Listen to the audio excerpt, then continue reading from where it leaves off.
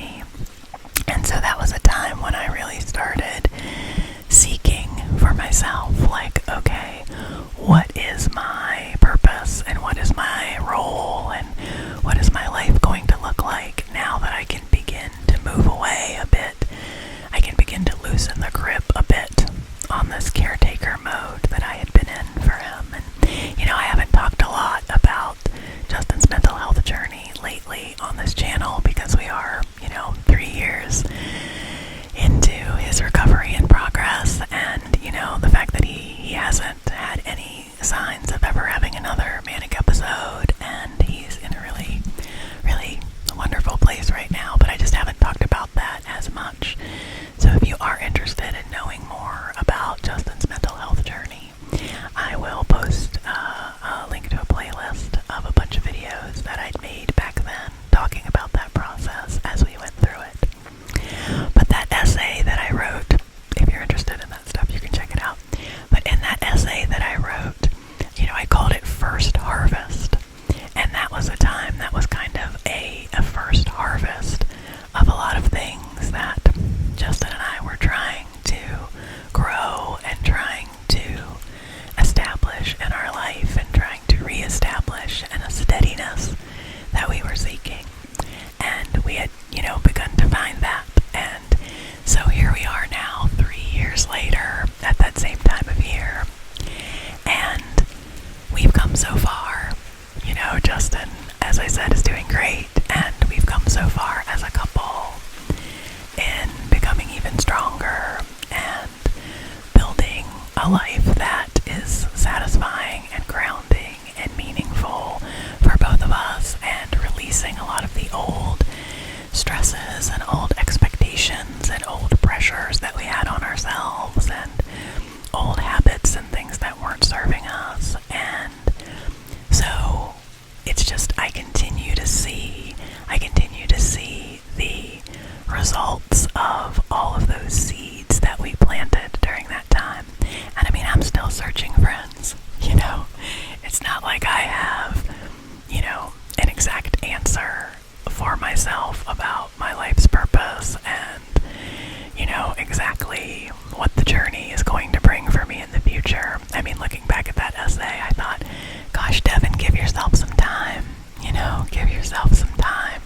Because at the time, it had only been a few months since all that had happened. And now, being 3 years later, I mean, I feel that we've moved to a new place, from that. But there's still a lot from that to process. And I've actually been thinking lately that I really want to try to write more, actually, about Justin's episode. I just, why don't I say out loud this intention to you? Maybe that'll help me. I've had the idea of pulling together a lot of the essays that I wrote during that time, and then writing some new things from this perspective of, more time having passed and where we are now, and trying to put those things together into some kind of, I don't know if it would exactly be a memoir, or just a book of essays, or just something to put together to talk about that experience, to share it with other people, because you all know that I've talked about this, like just creating some more awareness around what mania looks like is something that is important to me, and something that I want to continue to pursue in some ways, in whatever ways seem to present themselves, whatever ways seem best, because since I went through so much at that time and didn't have any knowledge about what was happening, I didn't know, if I had known more about this is what mania looks like, then I might have had some idea that that was what was happening to Justin, and it would have been a little easier. But because I didn't, I was completely in the dark. And if there's anything I could do to flip on a little bit of a light switch for somebody else in that situation and help them see, then it would feel really good to do that. And I would be happy to do that. So I kind of got off on a tangent about myself there, which I know you don't mind. You're always so kind to listen to me, share my feelings, and share what's on my mind. And for this Lúnasa season, for this little mark, I just really wanted to encourage you to take a moment to celebrate how far you've come. Celebrate the seeds that you have planted and the things that have come to you. And what I am also doing is looking back over the last few years and really thinking about and paying attention to the things that have surprised me,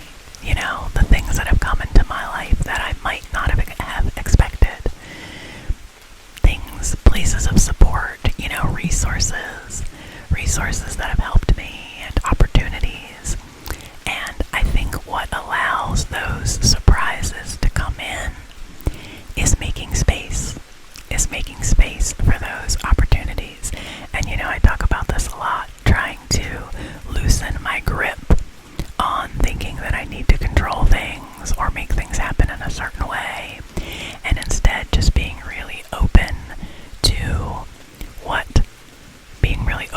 opportunities want to come to me on the timeline that they want to come to me. You all have heard me quote this song lyric from the Dirty Projectors before because I love it. In one of their songs they say, "I might sing the melody, but I don't set the tempo." And that has become a mantra for me in my life, that I can sing the melody of my life. I can be focused on things I want to focus on. I can keep my values really strong. I can pursue things that I want to pursue, but I don't get to set the tempo. I don't get to say this is exactly when that's going to happen, and this is exactly how it will happen, and this is exactly, it will be this and be this and be this, and it'll go do at this exact speed that I wish it to. So that's what I want to try to focus on a little bit. I think a little bit more is focusing on the melody of my life rather than the tempo. What are the things that I want to make up the song of my life? What things do I want to have be an active part of my melody, the melody of my life, and then have trust that, oh, here comes the rain again. Oh my goodness. It's so cool with the leaves all around, because since we're on the porch and there's so many leaves, to hear the rain on the leaves. Just let you hear that for a minute.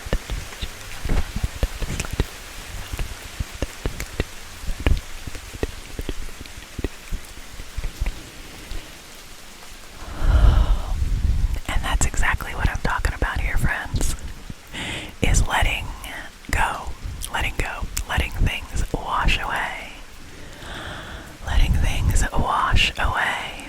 so that you can create space for opportunity to come in, and space for you to actively write the song of your life, actively create that melody, actively create what it is that you want to have flowing through your life. My goodness, the rain is so great. I'm just gonna let you hear that rain for a minute and give you some hand movements here.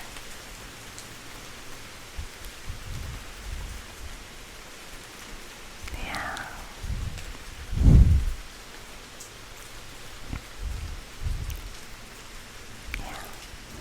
Give you a little pat.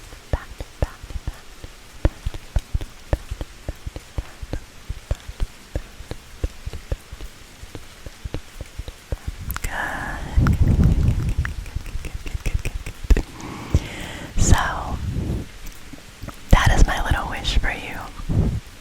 Like always with these Porch Pep Talks, this is very impromptu.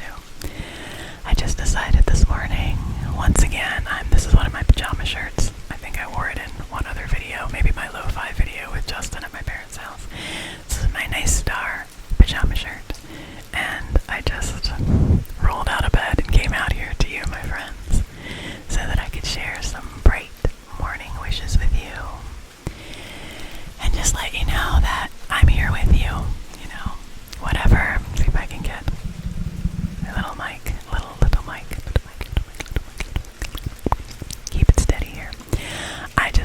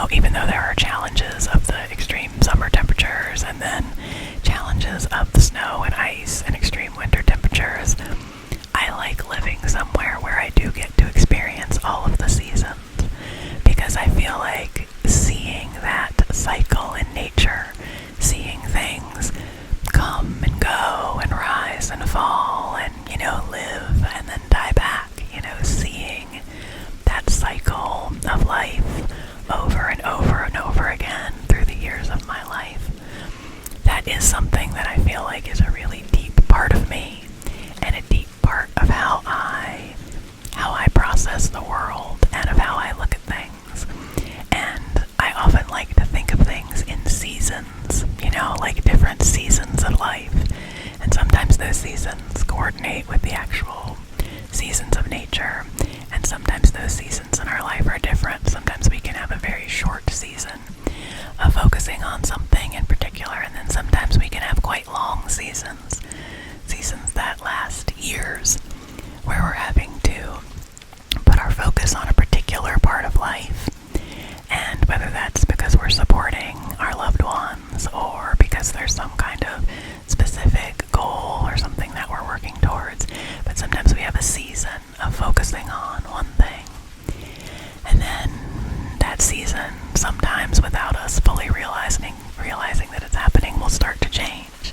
But we start to see the little signs, like how right now, even though it's still hot and humid and we got a lot of summer left to go, you can start to feel those little bits of fall in the air occasionally.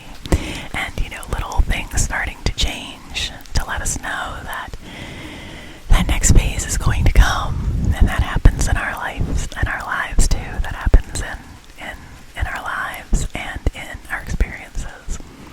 And so just keeping our senses open, to those cues from nature, and those cues from our experiences and our relationships and our connections, the cues in our bodies. What are we feeling? How do we know that things are shifting, that things are changing?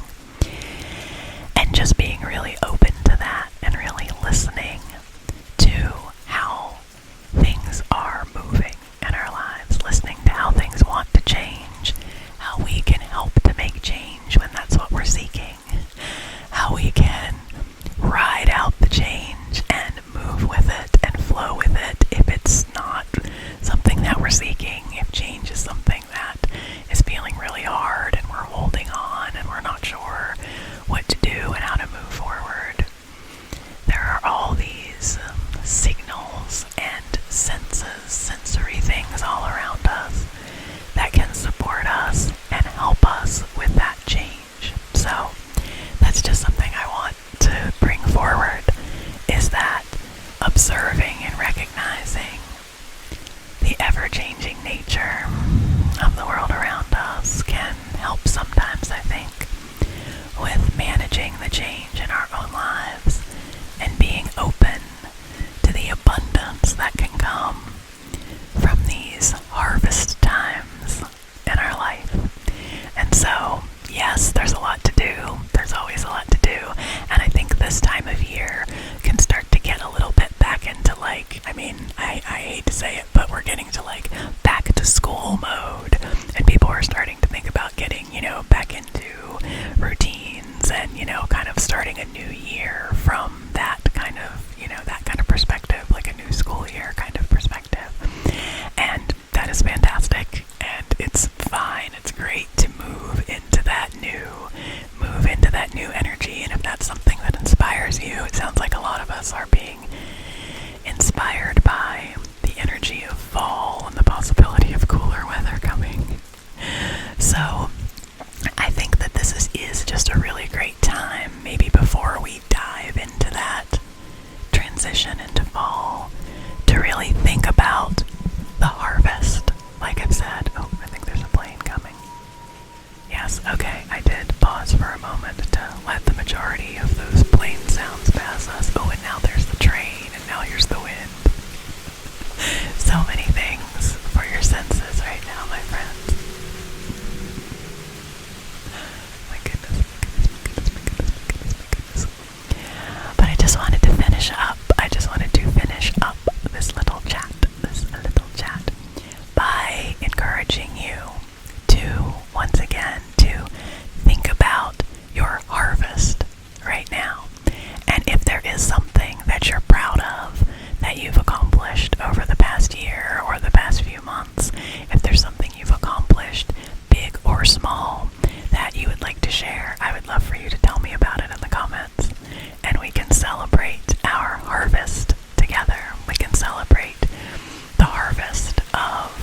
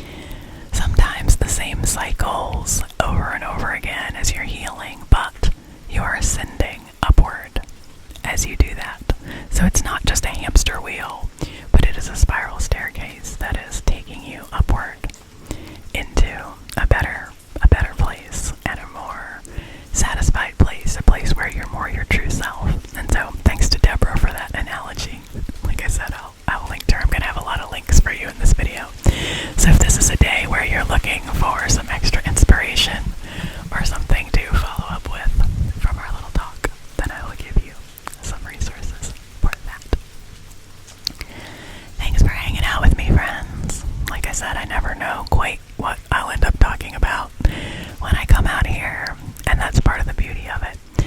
I always just kind of